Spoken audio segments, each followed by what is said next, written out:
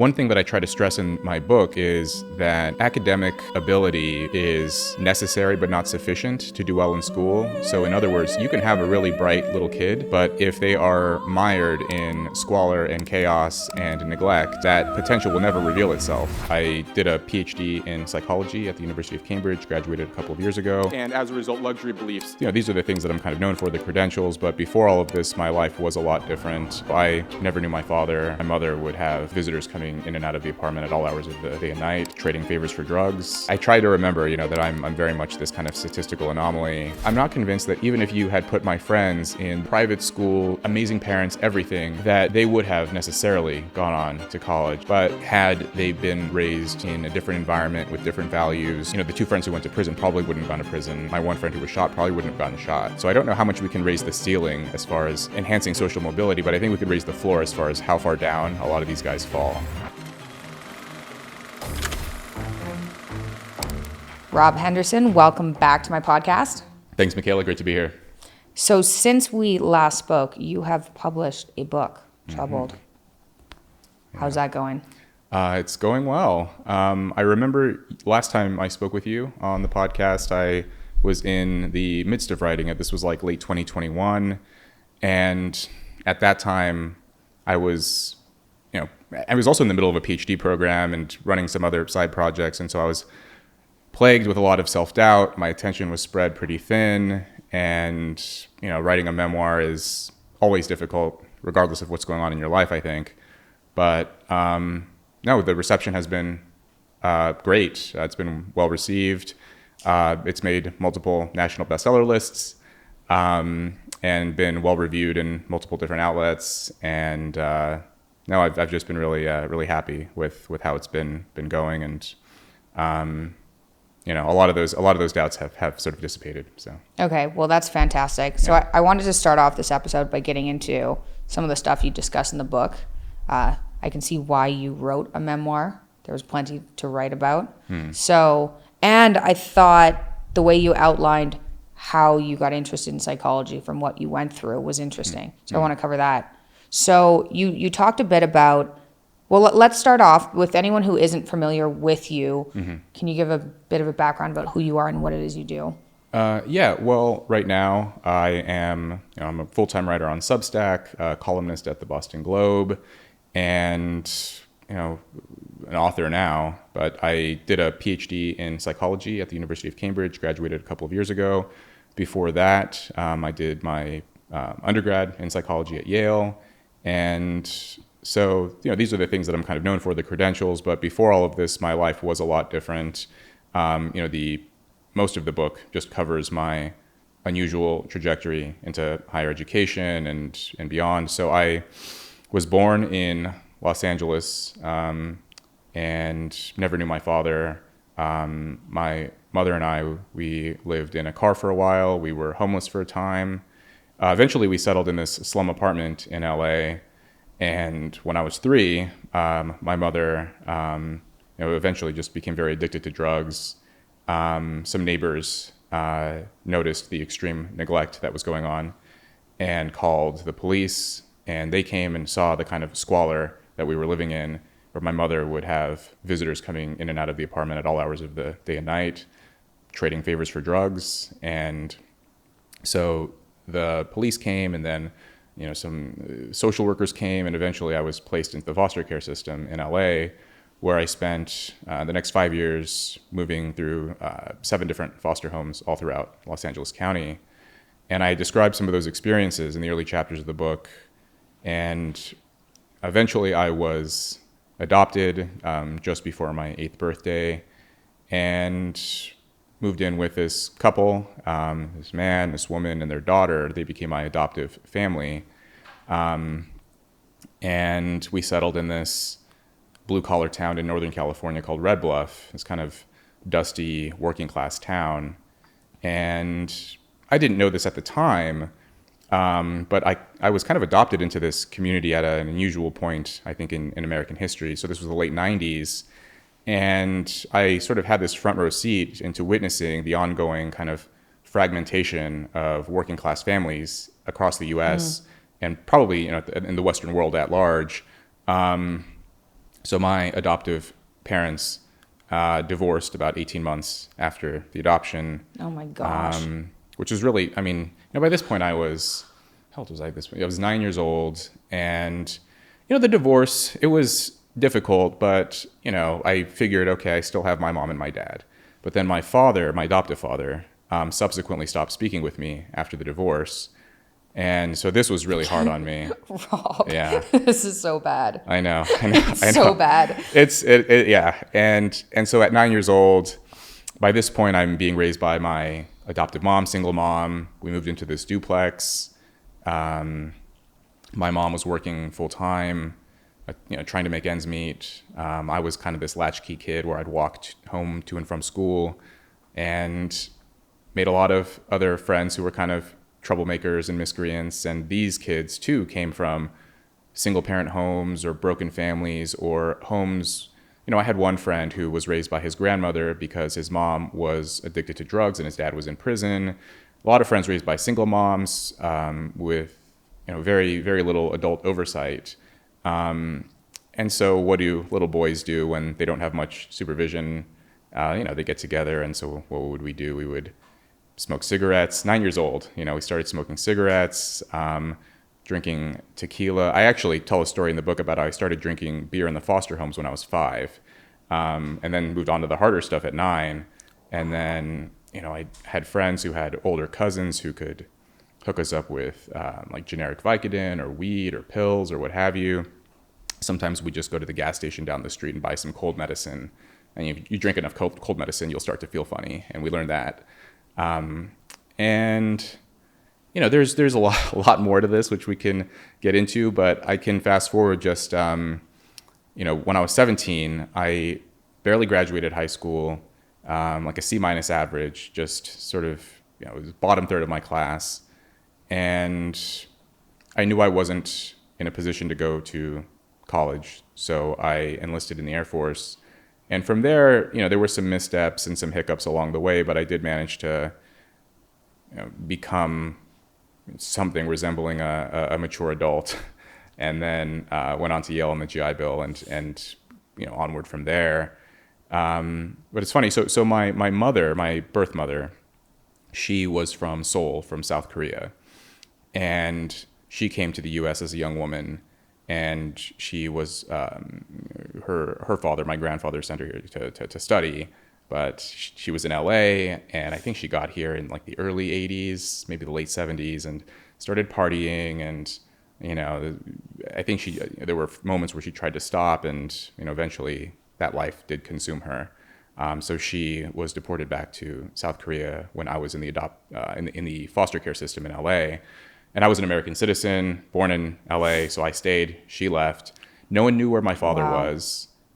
So some forensic psychologist asked her, where's this boy's father? You're not in a position to care for him. And she said she had no idea who my father was. And about 2 years ago, it was about a year and a half, 2 years ago, I took this 23andMe genetic ancestry test. And I'd never known that my father's side of my background, so I was like, oh, my mother's Korean. I don't know the other side. I'm like, oh, mixed race, Asian, something like that. And I learned that my father was Hispanic. So he had ancestry from Mexico and from Spain. And when I took this test, my first thought was, I wish I'd known this when I was applying to college. I'm Hispanic. That would have been really, it ended up working fine, but that would have been useful. That would have been useful information. So, I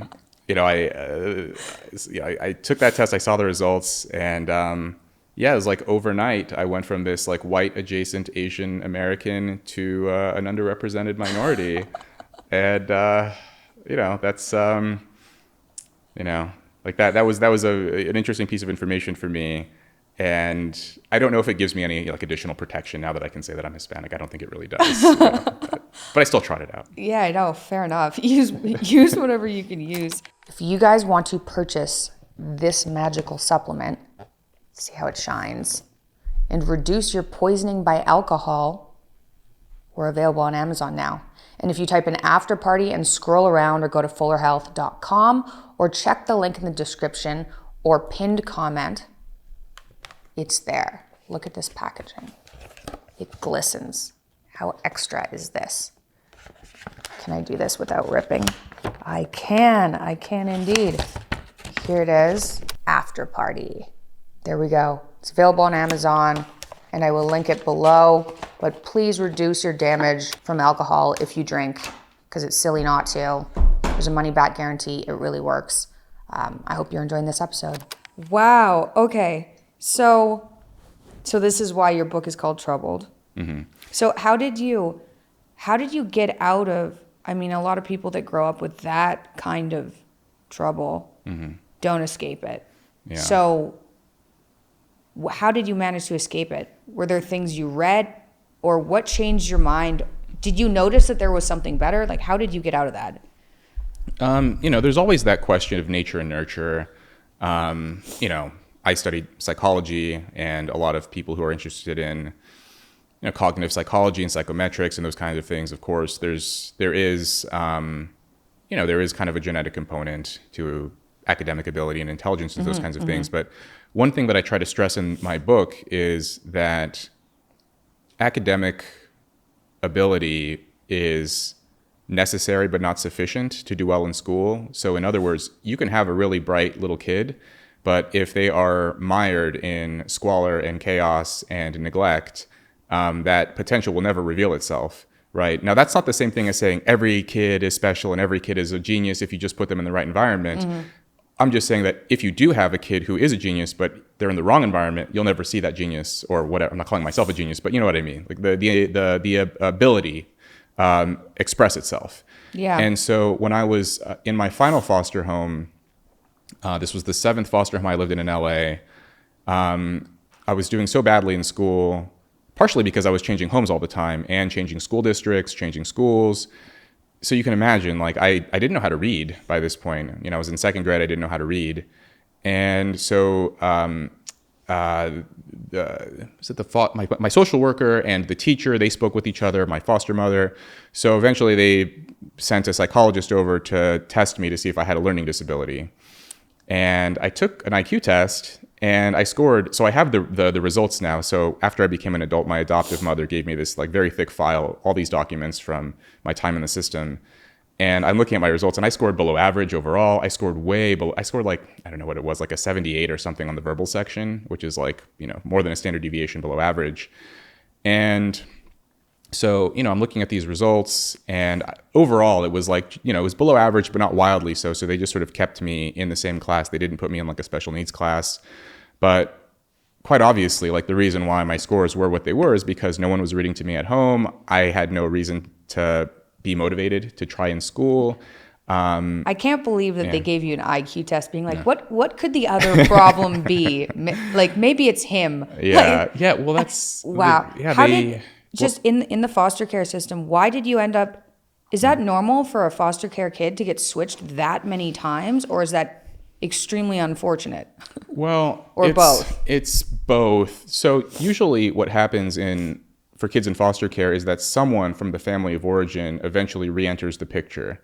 So it could be, a lot of these kids are placed in care and they're raised by single moms, but then the mom, often it's drug addiction or mental illness or something, or mental illness brought on as a result of drug addiction. But a lot of these kids, they go into the system, maybe the mother sobers up, re-enters and says, okay, I can take care of the kid. Or maybe the father suddenly appears, or an aunt or a grandmother. Someone eventually says, okay, I'll take custody of the child. But in my case, that wasn't a possibility. And so the way that this foster system has been set up is so that, if a child lives with one foster family for too long, and then, the mother comes back and says, oh, I can care for the child, but the child's been living with this foster family for 1 year or 2 years, this can create issues around loyalty, attachment, and the child would be reluctant to leave, right? Because now they've been with this other family for 2 years. Why would they go back to their mom?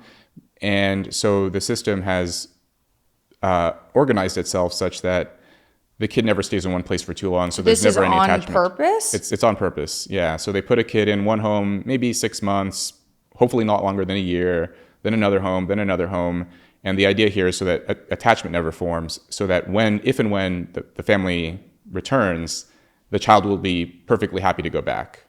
But in my case, that was never going to happen.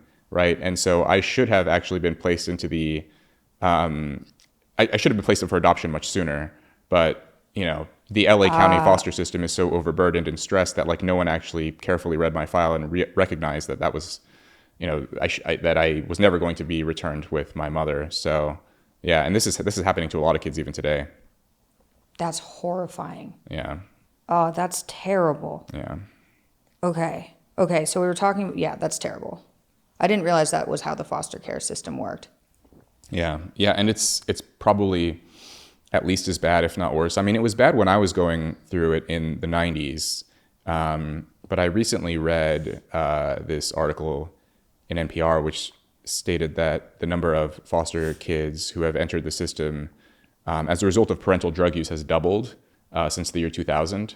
So basically, since roughly the time that I left the foster care system, it's actually like become worse and more overburdened and more kids. And this is like in part as a result of the opioid crisis, just more kids, being taken from their parents. I thought, and it's not like I had done any research into this at all, but I guess I assumed that kids that were put into the foster care system were put in there while they were also on an adoption list. So as like an interim period until somebody wanted to adopt them. That's not it. No. Because again, like a lot of these kids, they, there's no reason to put them up for adoption because of the possibility that someone from their family will take custody. That's usually the main idea. But no, that's only the case for someone who steps in and recognizes that that's not going to happen. And then they, take the steps necessary to put the kid into the adoption system, which is what happened with me. So at some point in my final foster home, in my seventh home, I had to see a child psychiatrist. And this is just like sort of court mandated. Every so often, the foster kid just has to get a mental health checkup.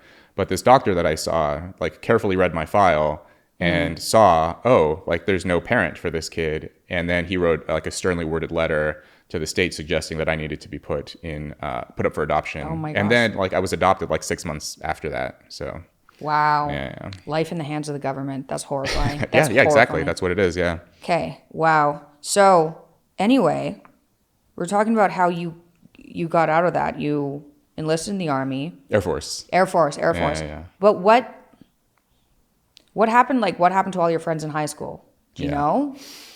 Yeah. Like, did any of them kind of make it out too? Not really. So one thing that I try to do with Troubled is, so there's multiple ways you can read this. One would be there is this sort of conventional like bootstraps narrative of, there was this kid and he was in foster care and he grew up poor and then he just turned his life around and became very successful. And that is that's a reasonable reading. That is what happened. But I wanted to also describe the lives of my friends and to tell the reader that my outcome is not the typical outcome, and it's not an outcome you can expect for most kids who grew up that way. And so I had 5 close friends in high school growing up. And yeah, so I had 2 friends raised by single moms, 1 friend raised by a single dad. Another friend, I mentioned, he was raised by his grandmother. And this is like a very common picture of what families look like now in working class and poor environments now. And so, I do this kind of epilogue thing at the end of the book where I describe how, 2 of my friends went to prison. I had another friend who was shot to death. I had another friend who, he worked kind of menial jobs for a while, and he was kind of like in and out of community college. Eventually he joined the Air Force just like I had. And then he kind of, he did 6 years and then went back to his old life, and he's okay, but he's still like he's not flourishing. And that is kind of like the typical outcome of someone, even if they join the military and get out, they do kind of return and revert back to old habits and live the life that they were living before, although perhaps not, the bad habits aren't quite as pronounced. And so, I'm the only one who like went to college or university. I try to remember, that I'm very much this kind of statistical anomaly, and that, toward the end, I think in the final chapter, I try to makes sense a little bit of how social mobility, how we should be thinking about it. And I'm not entirely convinced. So I mentioned I barely graduated high school, and I was by far the most academically oriented of all my friends. I was the only one who read books for pleasure.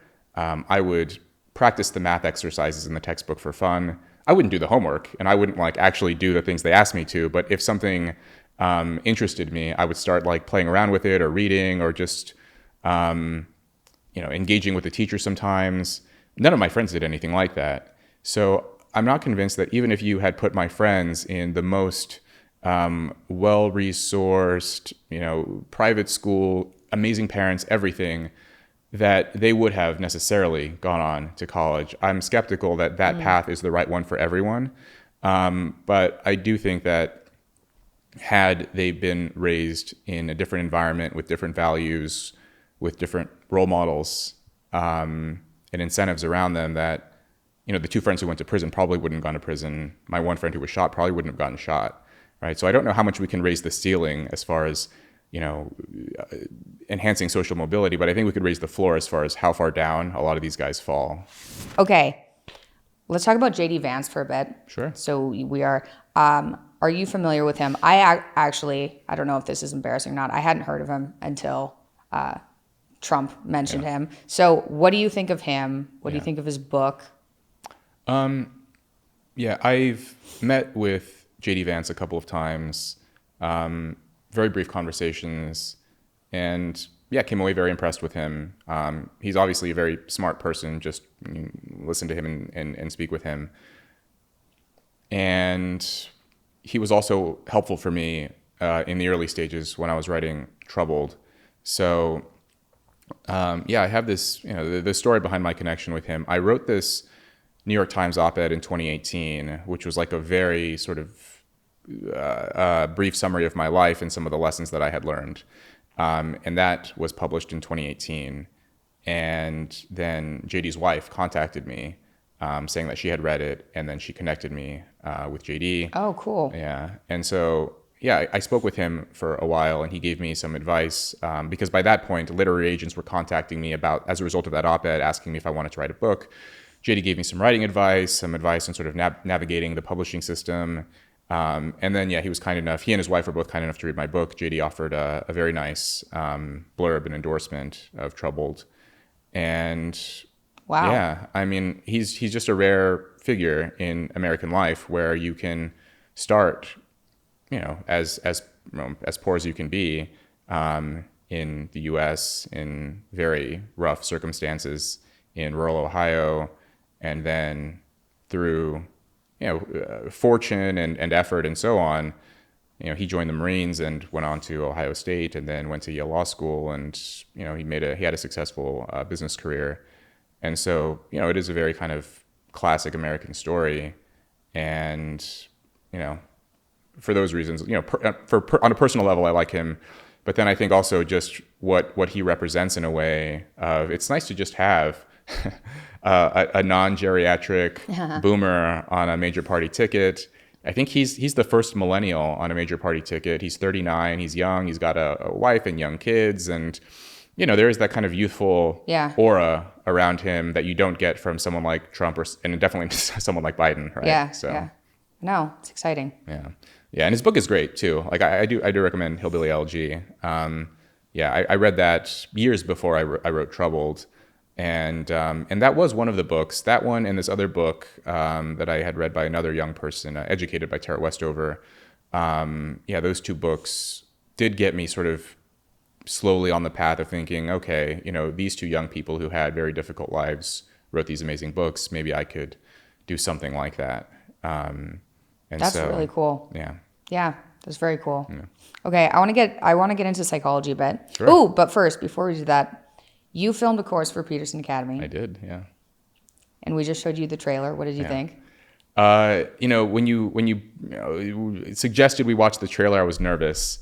I'm like, I'm going to be embarrassed. It's always hard, for me at least, to watch myself on camera. But as soon as you started playing, I'm like, whoa, this is really good. This is, I wanted to share it right away. And yeah, the style, the cinematography, the music. I think I mentioned, it sounded like it was scored by Hans Zimmer. Like I watched some of the other trailers. It looks, cinematic in the quality. So yeah, I'll be one of the first to sign up for it. I'm glad you liked it. Yeah. Your course I've seen, but I haven't watched the whole course. This is like 8 hours of content. I haven't done it, but we've watched a lot of your course. Your course is really good. It's really good. Psychology of status. Yeah, psychology of social status, and they did 6 lectures, and yeah, I mean it's a naturally interesting topic. I love psychology. I love sort of delving into this topic. I think that in polite society we try to shy away from this idea of prestige and being well regarded by other people, and this is a topic that psychologists like to study and delve into. And so I figured, okay, let's surface some of this, and yeah, it was a lot of fun teaching that course. Okay, good. Well, we're glad to have you on board. Yeah. So that was great. It was great. Okay, for your psychology background, I want to ask you some relationship questions. What's your perspective on the rise of non-traditional relationship models? Do you think that people are moving towards polyamory, or is that just one subsect of society? What are your views on that? I saw this article in the New Yorker like 6 months ago maybe, and it said something like, the rise of poly. I read the whole article. Not once did they cite a single statistic. It was like citing like TV shows and Netflix and movies and books. There was the memoir by they called her the Park Slope mom, who wrote about her experiences in a poly marriage. But I'm like, where's the data? I'm a psychologist, I'm a social scientist. I want to know, like, what does the survey data say? Are there sort of shifts in the trend lines over time? Generationally, are there any differences? I haven't seen anything like that. I saw one poll maybe a year and a half ago, which did suggest among Zoomers, Gen Z, that some of them are more open to this. But I don't know. Like, I don't know if this is just a fad, if it's fleeting. At least among the young people I interact with, it doesn't really seem... It seems like a subculture, and maybe it's always been that way, that kind of subculture, where only now we're just hearing more about it. Most young people, it seems to me, do still want a kind of conventional relationship, pair bond, as the evolutionary psychologists call it, one person who they're committed to and who they know is committed to them. Are there any statistics that showing for a subset of people non-monogamous relationships work, or is that just what some non-monogamous people say? I'm not familiar with any stats on that question of what are the predictors of a successful non-monogamous relationship. My guess is that there probably are, human variation is, fascinating and complex, and I'm sure there are people who can make it work. I know at least one couple who seems to at least be making, a go of it, and seems like it's working for them. But for those types of people, they are psychologically atypical. They're on the tail ends of multiple bell curves. They tend to be very smart, IQ, in terms of IQ. They tend to be conscientious, high impulse control, well-educated. Conscientious, really? Yeah. High in resources, so sort of educated, high socioeconomic status. And I think for those types of people, they can navigate the complexities of multiple relationships and side marriages, or side relationships in their marriage. But I think for most people who don't score highly on all of those things, and who aren't particularly high in socioeconomic status and so forth, it can be jealousy and betrayal and all of those feelings that arise. I think that's very hard. That's hard to deal with for anyone. Yeah. But if you are an unusual person, you can find a way maybe to make that work. But I just don't like... to me, I coined this term luxury beliefs, which I think you and I talked about last time. This to me is kind of a luxury belief, where if you are, very well off, very well educated, you have money, you have all of these things going for you, then you can kind of experiment and do. I think it's the same thing with drug use.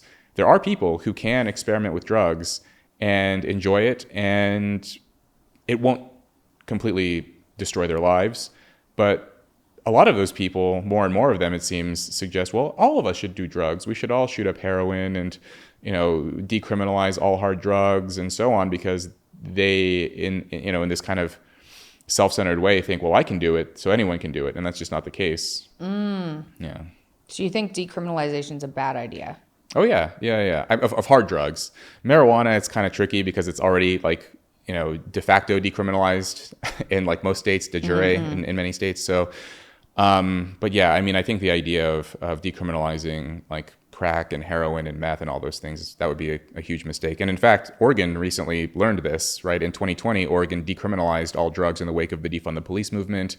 And then overdoses skyrocketed, deaths as a result of drug use. A lot of the cities, a lot of the parts of Portland became these kind of open air drug dens. And a couple of months ago, they recently reintroduced legislation to recriminalize drug use. Wow. So it was a failed experiment. It sounds nice on paper, but it doesn't work. Okay. It doesn't work. Yeah. That's interesting. I feel like my view on that's changed. I think originally I probably had the naive view that kind of let people do whatever they want, they'll be fine. Less government is better. Yeah. But that is me coming from like my perspective without understanding, what somebody else would do in that type of situation. But yeah, I feel like Vancouver went through something similar, right? Or at least amounts of drugs have been decriminalized. I think in Vancouver, I don't know if you're familiar with this, and Vancouver's a mess. Okay. So I guess it doesn't work. Yeah. Yeah, I mean, some of the proponents, they point to Portugal and some other isolated cases where it can work, but I think there are sort of cultural differences, policy differences, all kinds of things that are going on there that it doesn't really seem to be effective. Because either way, people are going to suffer. If you criminalize drugs, yes, people are going to be arrested, people are going to be harassed by law enforcement and so on. But if you decriminalize it, you're just going to increase the number of people who do enough drugs to the point where they destroy everything around them and end up dead on the street. So it's, which bad choice do we want, right? Which bad outcome? So. Yeah. If you guys are not filtering your air, it is the easiest thing. It's the laziest thing you can do to improve your health. I'm so gung-ho about this. I literally travel with an air purifier for hotel rooms. Seriously. I've been talking about air purifiers for years, but I didn't realize how important they are until I stopped being able to think because of a very moldy house. Air Oasis is top of the line. The type of air filter you buy really matters, and Air Oasis filters down to the right particle size, which is why I'm suggesting them.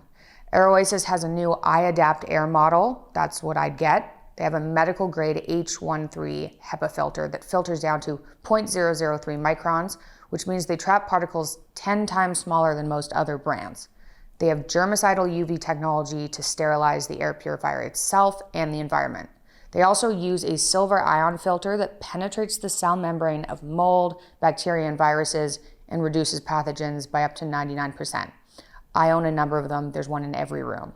They're also quiet. They come with free shipping, a lifetime warranty, and a 60-day money-back guarantee. You can get 10% off your purchase by using code MP at checkout by going to airoasis.com/products/iAdaptAir-large or select the size you want with code MP for 10% off. That is linked in the description and in the pinned comment. Enjoy the rest of this episode. Okay, so do you think the red-pilled view that men are polyamorous, is that just a lie brought on by like some hopeful men that want that maybe or think they want that? Yeah. Because I feel like there are people that they're like, yes, to go back in time, and these high-value men, they had multiple wives and it worked, and that's how we're supposed to be as men. Is that just... That's just not true. So I, you mentioned earlier, like, is there data on the poly thing? So I remember this wasn't on if you're in a poly relationship, but the question was, this is from YouGov, would you be okay or open to a poly relationship? And most people were against it, but the group that was most in favor of it were men, and especially young men. And so that, to me, like, that was like perfectly intuitive. I posted it on Twitter and people were like, yeah, like, no shit. Like, yeah, I know. But the question, I think it's complicated. I take this kind of, sweeping view of human history. I studied a lot of evolutionary psychology in grad school, and this is like a very sort of potted, summarized version of human evolution. But our ancestors, like the closest ancestors that we had with chimpanzees about 6 million years ago, they were most likely, their mating systems were probably quite similar to chimpanzees, where you do have this kind of like dominant male who does most of the mating with most of the females, and some of the other males can kind of get in there sometimes, but it's usually one dominant male who gets most of the copulations. At some point, as we evolved into Homo sapiens, and we became these sort of nomadic hunter-gatherer bands where we would sort of settle in one place and then hunt the animals and fish and sort of like dry up all the resources, then move on to the next place and so on. During this period, humans became monogamous, more or less. Okay. Part of the reason for this seems to be that it's very hard for one man to accrue lots of wives when they can't stockpile resources, and also because in order to successfully hunt large animals, you need the cooperation of your male allies, and if you're sleeping with all of the women, then they're not gonna it just becomes harder. It's a coordination problem. And so the kind of implicit agreement among men was like, okay, well, we have to hunt animals. They were often at war with other sort of nearby bands and coalitions of hunter-gatherers. And so the implicit agreement was like, okay, like it was almost like romantic communism of like everyone gets one, and I'm speaking that like... makes sense though. Yeah. That definitely makes sense. So at a certain point, about 12,000 years ago, there was the rise of agriculture, the agricultural revolution, where suddenly we could have sort of stationary communities. We built sort of civilizations, city-states, and so on. We could stay in one place and we didn't have to move around so much. And this gave rise to kings and pharaohs and fiefdoms, and powerful people, powerful men in particular, were able to amass large armies and create situations where they could stockpile like lots of resources and thereby obtain a lot of wives. And so when these like red pill guys say like, oh, this is the natural thing of like, you get lots of wives and that's just how things have always been, this is like a blip in human evolutionary history. Because if you think about Homo sapiens, we've been roughly in like the current modern version of Homo sapien form for about 300,000 years. And of that 300,000 years, about 97% of it was lived, like we humans were living in roughly monogamous societies. Now, occasionally these hunter-gatherer groups, sometimes like one of the more high-status guys might get 2 wives, but not much more than that. Usually it was just 1. But for 12,000 of those 300,000 years, there were sort of these, I guess now we might call them poly or something, of like kings and pharaohs and emperors, lots of concubines and mistresses and so on. But that is a blip in terms of evolutionary history. And then at a certain point, roughly 2,000 years ago with the rise of Christianity, so I'm talking about in the Western world, monogamy sort of became reinforced and sort of re-entered sort of Western culture as the norm. All this is to say that like as human beings, we have been like mostly monogamous with exceptions, right? Like if you look at the ethnographies of anthropologists who visit modern hunter-gatherer communities in parts of Africa and South America, like, they have the same kind of relationship complexities and betrayals, and like people will get married, but there's sometimes philandering, sometimes cheating, these kinds of things, but they still have marriage. This is what I find interesting, is that is interesting, independent in multiple cultures, marriage arose as a norm, right? It's not like marriage started somewhere and spread through. It was sort of independently this idea of a man and a woman coming together, committing to one another, raising children together. This is more or less a human universal. Yeah. That's good. Yeah. No, that feels right. Yeah. Let's talk about psychopaths for a sec. Sure. Is there any recommendations you have for young women in how to identify psychopathic men? Oh, right. How to identify psychopathic men? It's funny, like if you read the research on psychopaths and narcissists and people who score highly on the dark triad or the dark tetrad traits, they're kind of disturbing in a way, because they're sort of superficially appealing in many ways, especially narcissists, but psychopaths too. And it's almost like if someone is like too charming or too magnetic in a way, that's almost in itself a sign that that they may be high on those kinds of traits. So if you like them too much? Yeah, exactly. There was an interesting study a few years ago which found that, so they basically showed participants images of people making facial expressions and asked them which of these faces appears to be most authentic to you, most genuine in terms of its emotional expression. And they found that, and the people who were making these expressions, the images that these participants were seeing, the researchers collected their scores on the dark triad and found that participants rate rated faces to be the most genuine, the faces of people who scored highly on dark triad traits. And in other words, the people who were probably less authentic were rated as the most authentic in terms of their facial expressions. Wow. And often people who are high on these kinds of traits, they know, that there are certain kinds of expressions they can make that are charismatic, or they sort of over-exaggerate to look particularly genuine in order to win people over.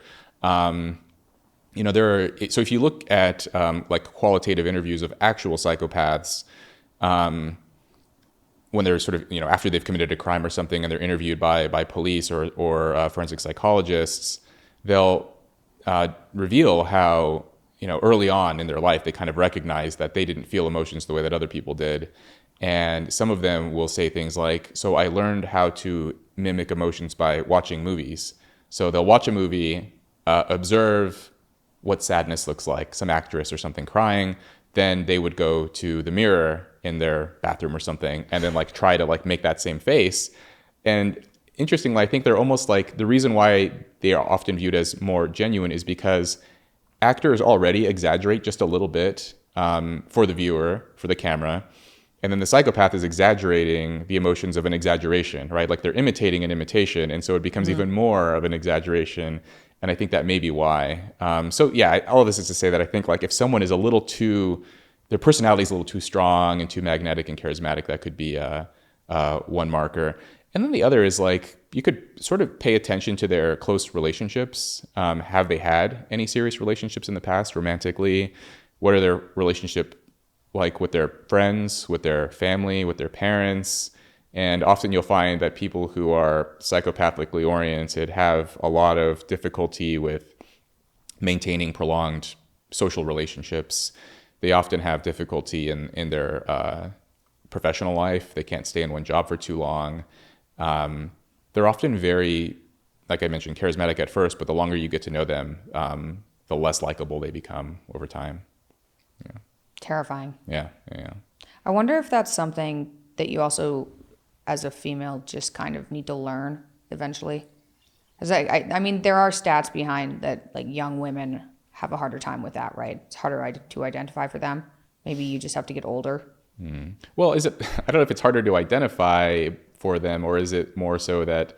Or more attractive? Yeah, more attractive. And it's harder to, I think, like inhibit that attraction. Whereas once you have some experience, you recognize those signs and you realize, okay, like I know that like this guy seems interesting, but maybe it's, this probably wouldn't go anywhere. And I think like guys have this too, right? Almost with like, like with women who have like narcissistic traits or other kinds of like sort of score highly on various personality conditions, that men too can find, certain kinds of women very alluring. And then over time they kind of learn to recognize those signs too.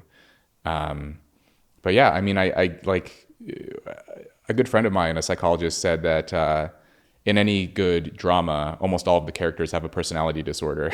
And I think it's true, right? There's something so interesting about watching it. But once you sort of invite it into your life, then it's hectic. Yes. Yeah. That's a good word. Succession. Yes. Yeah. Exactly. Yeah. Perfect.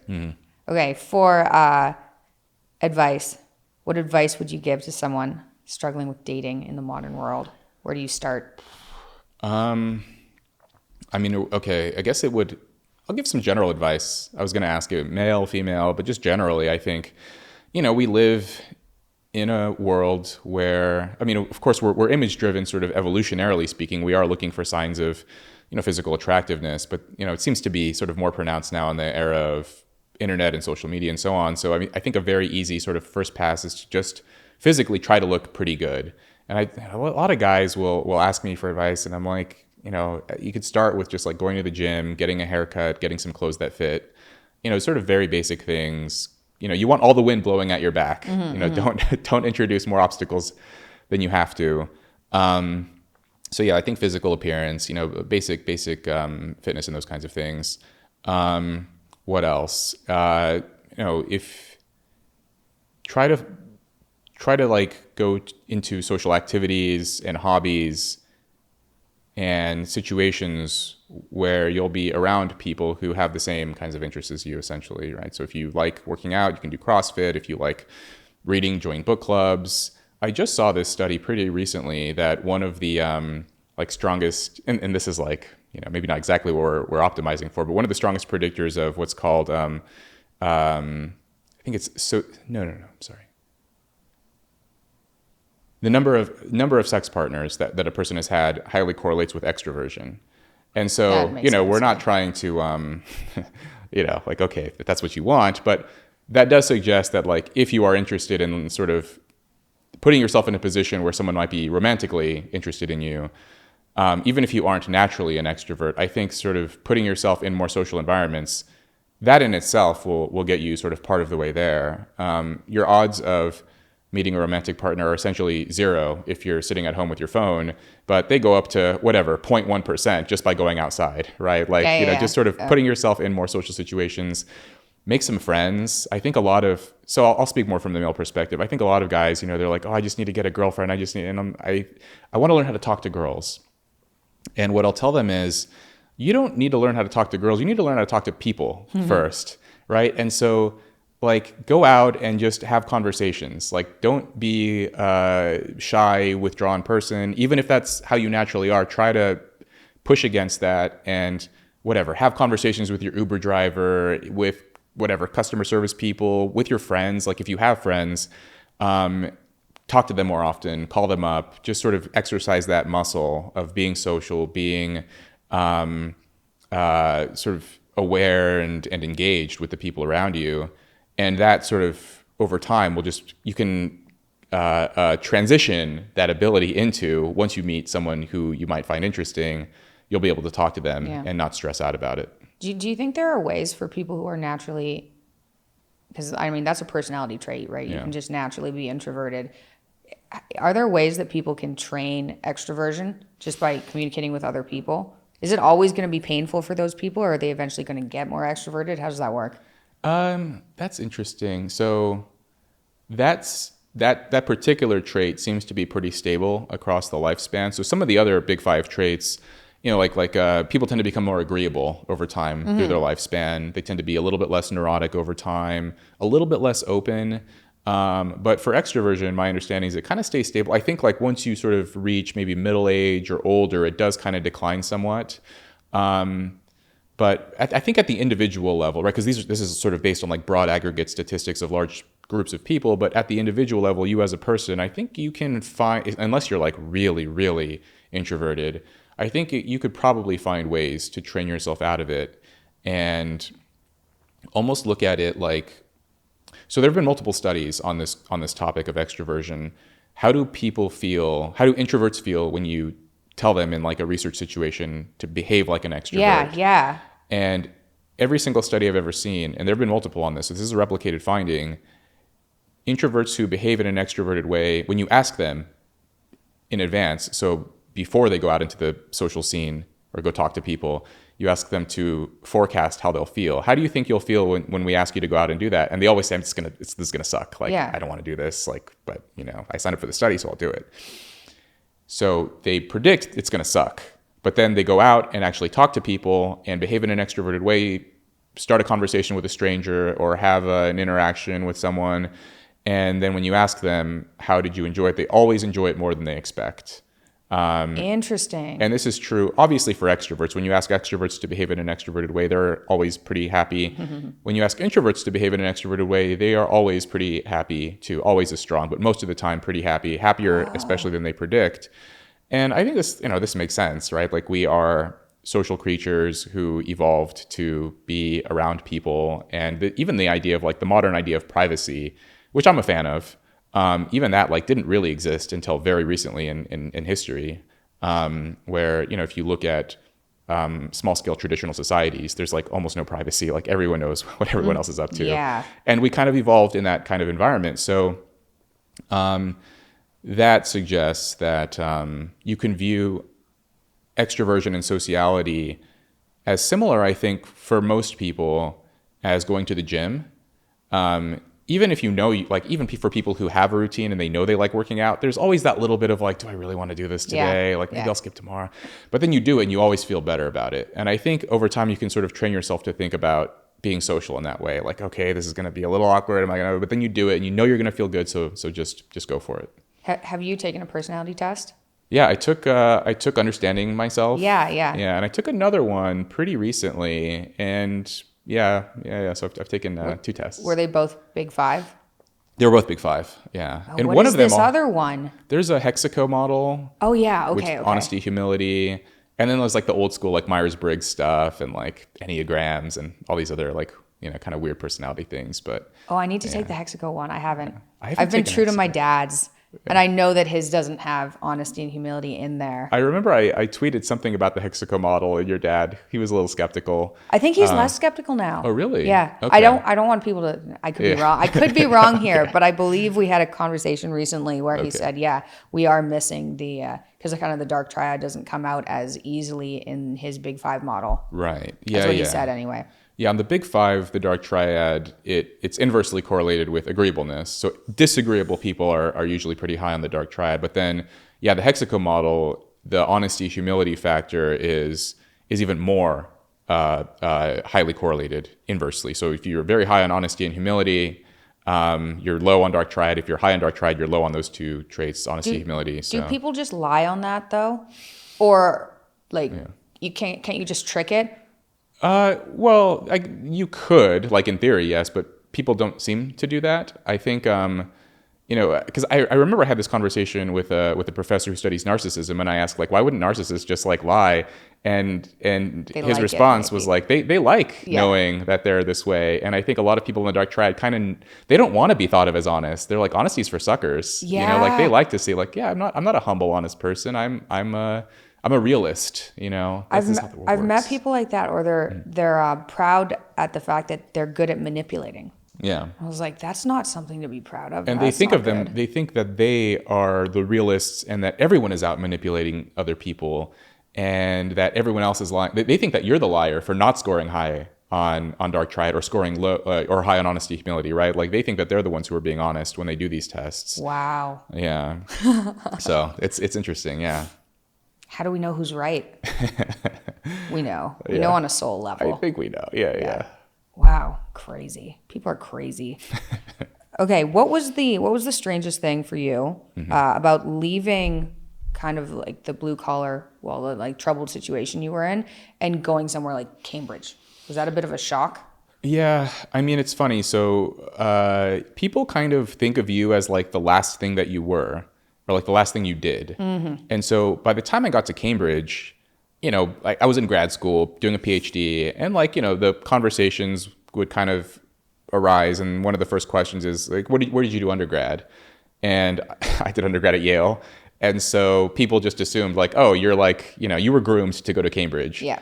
But then when I was at Yale, that was really the culture shock. Yeah, going okay. from the military into Yale. And, I spent 2 chapters dwelling at length on the culture shock I had at Yale. It was a little bit of a culture shock at Cambridge as well, but after doing undergrad, it was less so. So yeah, it was tough. I mean, for a lot of reasons, it was difficult academically. I was a horrible high school student. I went to this college, and all the other students, many of them have been training their whole lives to go to a place like that. They went to private schools, private tutors, everything going for them. And the coursework was actually quite rigorous. A lot of people, when they study psychology, they think of it as like this, like this kind of abstract, unserious, like, oh, people just sort of navel gazing or something. But psychology, especially if you do like research methods and statistics and sort of empirical stuff, it can get pretty dense. And, I was taking neuroscience courses too. And so that first semester, that first year, academically, I struggled a lot until I sort of found my footing. And, and that this is another, to go back to the earlier point, that just because you have the intrinsic ability, if it's not nurtured and cultivated properly, the person can still struggle and have setbacks. And then there was the cultural component of, like the students and a lot of the professors and administrators and grad students, they just had so little familiarity with the people who they claimed to care about, marginalized people, poor people, prison inmates, so on and so forth, where, they just, like they've never had a 15-minute conversation with someone who doesn't have a bachelor's degree. They just have no idea like what life is like outside of that environment. So interacting with people like that over and over, where like decriminalizing drugs or defunding the police and these kinds of ideas, decarceration, just release all the prisoners, like, it's not what is it like? They're in prison and it just makes them worse criminals or something. Like, it was just a lot of sort of naivete that I had to get used to, and yeah. But over time, I was able to sort of find my footing and find friends and stuff. But yeah, that first year was really rough. Yeah. Did people argue with you? Yeah. Is that what you did? For the I lost first couple friends. Years? I lost yeah, friends, I bet. or like friends in quotes, because so I entered Yale in 2015, and that was kind of like the start of like when whatever political correctness or wokeness started to spill out of the universities. And so, yeah, I would argue with students about like, so for example, I grew up thinking like the word racism just meant like mistreating people based on the color of their skin or their ethnicity. Yeah. And then suddenly I get to Yale, and racism got redefined through verbal trickery into like, what did they say? Like power plus prejudice or basically like only white people can be racist. Yeah, yeah. And I was like, whoa, this is a new one. Okay. And then like I tried multiple times to get people to explain this to me because it didn't really make sense. And then, people just got upset with me cause if you even question these things, often, people, they didn't learn how to defend their views because everyone around them agrees with them. And so once someone does, it like activates this like thread, and like, oh, okay, well, we can't talk to you anymore. So wow. Yeah. I went to university slightly before that. I quit though. Oh. I was at Concordia, just like no-name university in Montreal, and it was woke in 2000. I think it was 2012. Okay. It was already woke, so I kind of entered into that. It was an art school, okay. So I think it got infiltrated first, and Montreal's in rough shape right now. Yeah. But it was woke, so I was taking classics, and then I was suddenly in a classics course through a feminist lens. Okay. I was like, that's not what I signed up for. It was like Homer. I was studying Homer through a feminist perspective, and I was like, what? What is this? And I had to leave that university because it was so bad. Wow. It was crazy. My psychology courses were terrible too. Like the psychology professor, I think part of the reason I was like, we need an online university where like things are taught properly. My psychology professor told us rats weren't social creatures because they lived in cages. I'm not even joking. That was my first year psychology class that I had to travel like an hour to. I was like, what? Like a dungeon. Wow. It's like, ugh. Like, okay, so you put a human in a cage and humans aren't, like that's crazy. Yeah. Yeah. It wasn't just like the wokeness that I saw. Even like, so like to give an example of something weird and peculiar that wasn't really like woke or political in any way, I remember in one of my psychology classes, we learned of this study where, it was a moral psychology course, and it was about sort of cultural differences in moral psychology, people's intuitions about right and wrong. And one of the scenarios in the study that was presented to participants was this case of incest between a brother and sister. Is this wrong? And this was like almost a universal, where in like countries like India and Brazil and in the US, kind of universally people said that this was wrong. There was one exception. One group were more likely to say incest was okay versus not okay, and these were students at elite universities. And when I read this study, which was done in the 90s, and so, this is 20 years later, I'm at Yale, and so I decided to just like ask classmates and friends. I'm like, yeah, so I told that I read the scenario or just like recall it from memory of just, this brother and sister who are interested in each other, no chance of pregnancy, but they're romantically attracted. And most students said yes. Like they said like this, no one's getting hurt. Yeah. No one's suffering, and they both want to do it. Why not? And I'm like, whoa, like, okay, wow. Like it's so obvious that this is not okay. But it was this very sort of individualistic, if it feels good, do it. If no one's getting hurt, that kind of thing. Just a very different kind of like moral vision, I guess, than I was used to. Yeah. That's interesting. Mm-hmm. So would that be classified as a luxury belief? I don't know if I classify it as luxury belief, but I do think it's like the type of person who would say that that's okay would also almost certainly say that things like poly or drug use or like anything that if you want to do it and at least at the surface level without doing any kind of in-depth analysis, if, things kind of, everyone's consenting and everyone's okay and everyone feels like, they're enjoying it, then don't interfere. It's sort of tied in with the undergirding like luxury belief proclivity. Yeah. Interesting. Yeah. I feel like I was definitely more like that when I was younger. I think so too. Like Yeah. I definitely was, but it's naive. Yeah. Yeah. I think that's one thing that like older people don't do a great job of doing, is sort of challenging that kind of naivete. Because I felt that way too when I was younger. And a lot of the kind of conventions and enduring principles and norms over time, yeah, people forget like why they're there and how to defend them in the first place. And, young people come along and we think that we know everything. And, it takes a while, I think, to sort of mature out of it.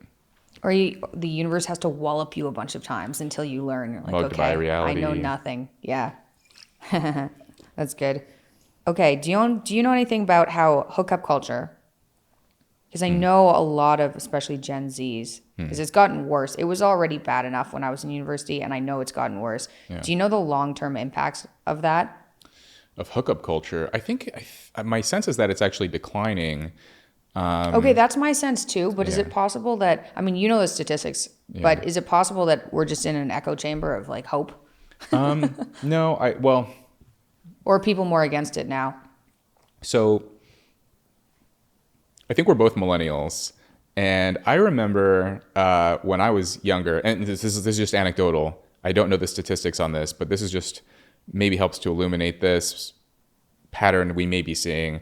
Is like 10, 15 years ago, people would hang out, right? Like, do you want to hang out? Do you want to like whatever, like go to this and thing and just go for hangs, and then the hang would turn into a hookup. I'm noticing more and more Zoomers will refer to like they'll talk about dates. Like they'll actually say, I went on a date, or like I'm going to go on a date, or will you go on a date with me? And this seems to actually be coming back a little bit. Again, just sort of observational, anecdotal. But I remember there was this like reluctance, like calling something a date felt like weird or awkward or icky or something 15 years ago. And now it's like, yeah, you go on a date. Like hookups are the thing that's kind of like not cool now, or just kind of like weird or cringe or something.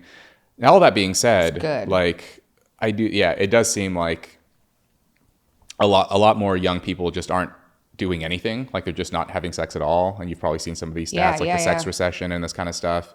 So, something weird I think is happening, where some people I think are trying to like revive some version of monogamous dating, and others are just sort of checking out altogether. And there's always going to be like a very small percentage of the population that would score high on, what psychologists call like the sociosexual inventory, which basically is just how promiscuous you are. And they'll just sort of, there's like 10% of the population that is like extremely high on this trait, and for both men and women. And most of the promiscuity actually takes place among that group. And everyone else sort of mistakenly believes that that's happening everywhere. But it's really just like that 10% of the population hooking up with each other. And so, the hookup thing, it seems to be waning a little bit. I know more young people seem to be abandoning the apps. A lot of them are like frustrated with them. But I think a lot of them are just like having trouble because there's not a lot of alternatives either. So yeah, no, I've been trying to think about what the alternative is. I guess people figured out that the apps didn't really work. And a lot of childless, women started experiencing unhappiness and telling people about it. I remember growing up, and I was definitely told, and I don't think people are told this anymore, but I was definitely told that you could have kids until you were like, I don't know, 45 or 50, like old. And it was, I think that was before these women who didn't have kids reached that age and then realized they couldn't, and then told everybody else about it. Yeah. So I feel like the lies kind of unfolded. I think celebrities are talking about how, I was one of those people that was told I could have kids when I was 45 and I can't. Yeah. So maybe that's part of the reason it's going away, is because people are realizing it's a lie. Yeah. It's I think we're like starting to like the younger generation, they're kind of witnessing sort of like older millennials who went through this, because like hookup culture was huge, and it was sort of praised. Like if you go back and read articles in places like The Atlantic in like 2010, it was like hookup culture is great for women. Hookup culture is great for everyone. We all win. Like, you know, why do we need to be so committed to this old, outdated model of relationships? And so I just wrote this post on my Substack about how, you know, people believe that we have evolved sort of beyond arranged matchmaking. And the argument I made in this essay was that universities are essentially like the new matchmaking systems. You know, they basically sort people, you know, okay, I gave this thought experiment in the essay where I said, you know, imagine there's an upper middle class, older married couple, they have an 18-year-old kid and they want to identify suitable partners. And so they ask potential suitors, okay, we want you to tell us, to take an IQ test and tell us your score. We want you to go out and gather recommendation letters. We want you to write a personal statement about your background and your values. We want you to give us the financial statement of your parents so that we know how much money they make, so on and so forth. And now you have a pool of all of the, you know, this information, and now you know, okay, you can put your kid with these other young people based on these, you know, this information, and then from there they can kind of figure it out. And that's basically what college is. Most people don't actually meet their spouse in college or university, but by going to a place like that, you know, you become a part of this strata of society where you go to college, then you go into this kind of white collar job where almost everyone around you and everyone you ever interact with has a college degree. And you enter this kind of refined dating pool over time. And then if you go on to grad school, this continues to occur.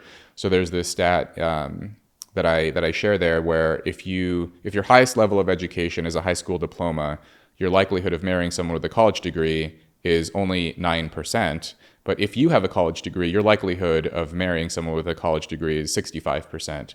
And that study was done in 2005. My guess is it's even higher now.